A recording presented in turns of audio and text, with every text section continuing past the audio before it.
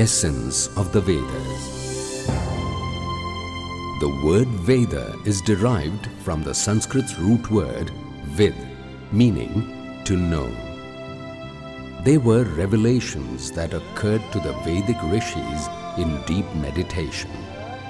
So ancient are they that they are also referred to as Apaurushaya, not authored by man, and Anadi, without a beginning in terms of time. They came to us in the form of Suktam, which mean beautiful statements. They are regarded as the supreme authority, the scripture that forms the core and foundation of Hinduism.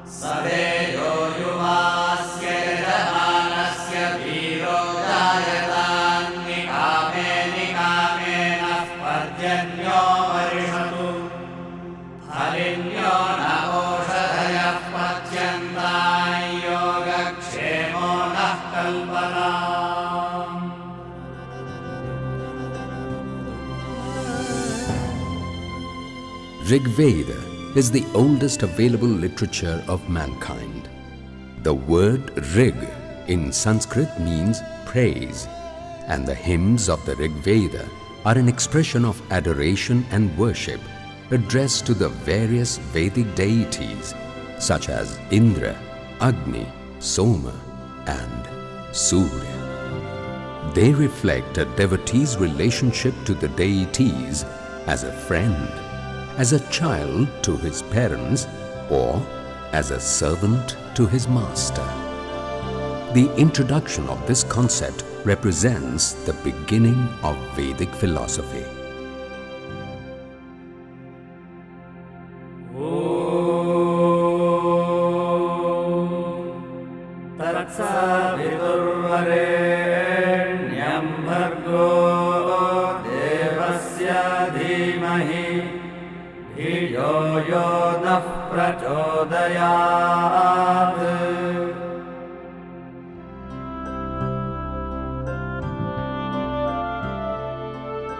We meditate on the brilliant light of the Creator who has created the universe, who is worthy of worship, who is the embodiment of knowledge and light, who is the remover of all sin and ignorance.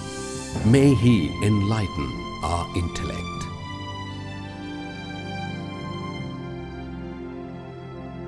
Yuva Kuhishajina, Yuva Kusumatina, Bhuya Baba Jadavna.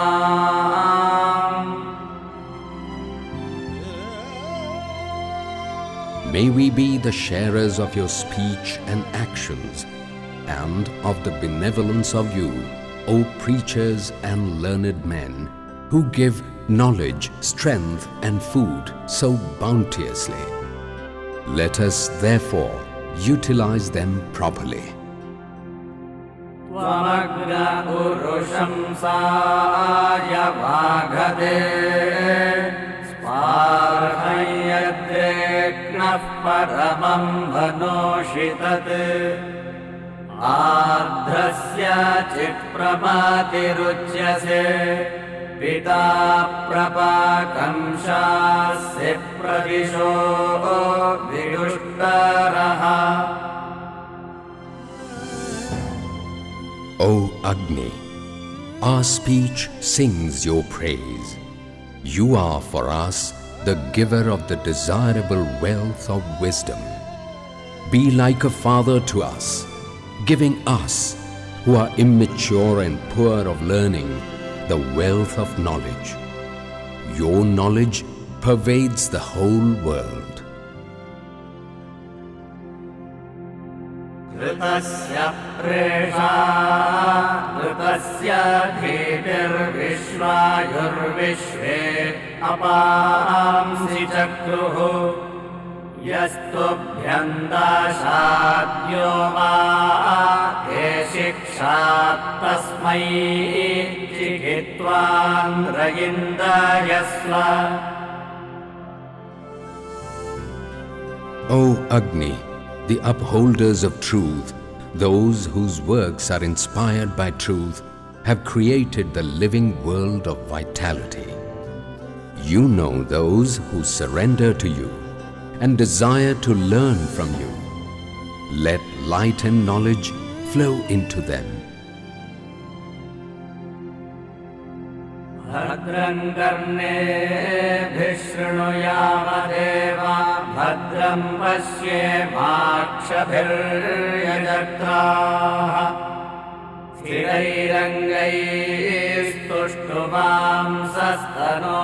स्थिरैरङ्गैस्तुष्टुवांसस्तनोभिर्व्यशेम देवहितं यदायुः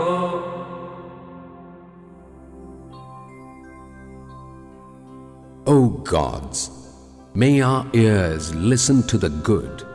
May we, surrendering to you, see the good with our eyes. With firm and able bodies and limbs, may we live our lives devoting ourselves to the divine.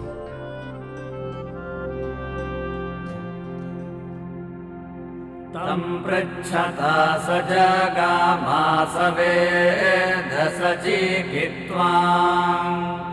ईयते सान्वीयते तस्मिन् सन्ति प्रशिशस्तस्मिन् निष्ठयाः स वाचस्य शवसः शुष्मिणस्पतिः Ask Agni. He moves everywhere. He knows. He is the conscious one. He alone can lead you. In him lies true instruction and a life full of meaningful enjoyment. He is the God of valor, vitality, and austerity. इन्द्रश्रेष्ठा निद्रवीणानि देहि चित्तिं दक्षस्य सुभगत्वमस्मे पोषं रयीणामरिष्टिं तनूनां स्वात्मानं वाचः सुदिनत्वमह्नाम्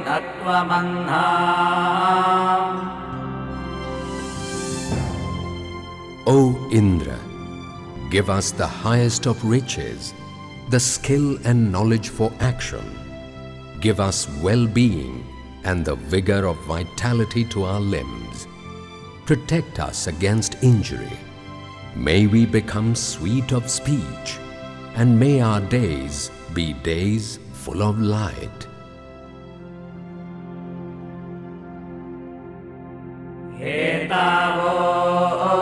अश्म्युद्यताय जत्राः अतक्षन्दाय वो नव्यासेसम् श्रवस्य वो वाजञ्जगानाः सप्तिर्नरथ्यो अहधीतिमस्याः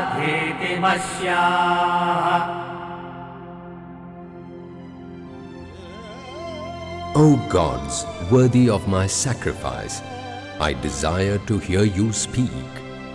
You are ever new, and men create ever new songs for you. Come, listen to our songs. May our minds that desire vigor fly to you with the speed and power of horses that drive chariots. जन्मन् जन्मन्निहितो जातवेदाः विश्वामित्रेभिरिध्यते अजस्रः तस्य भयं सुमतौ यज्ञियस्य अपि भद्रे सौमनसे स्याम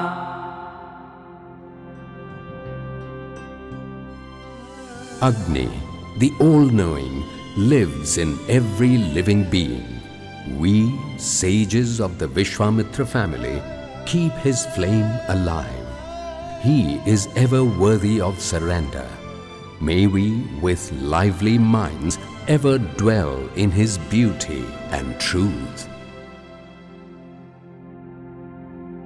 ऋतस्य गिषुरुधः सन्ति पूर्वीः ऋतस्य धीतिर्वृजिनानि हन्ति ऋतस्य श्लोको बधिराता तर्द कर्णाबुधा न शुचमान आयोः. Pervasive is the nourishment of truth. The light of truth destroys evil. The song of truth, glowing with knowledge, penetrates the ears of the deaf. Yo devo devatamo jayamanah maho vajebhirmahatbhischa shushmaihi तथानो वज्रं बाह्वो रुषन्तं यामनेन रेजयत्प्रभूमा.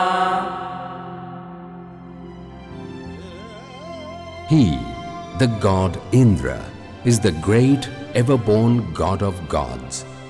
He is full of all-pervasive energy and austere power. With his great weapon, the Vajra, he lifts his arms, shaking the skies and the earth.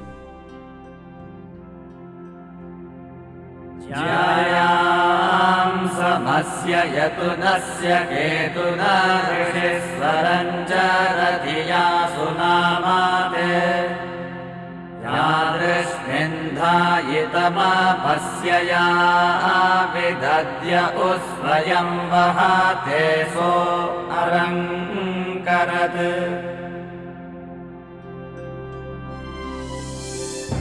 The sages sing songs pronouncing your name, O great and moving sun god in the heavens, the god who can be seen. Whatever you put your mind to, you achieve through your action. He who contains both the action and its fruit within himself really acts.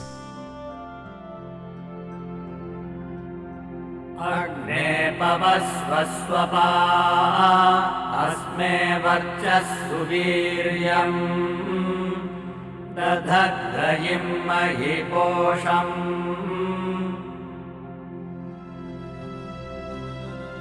O Agni, the god of true deeds, give us righteous valor and splendor of mind. Give to me your riches and your sustenance.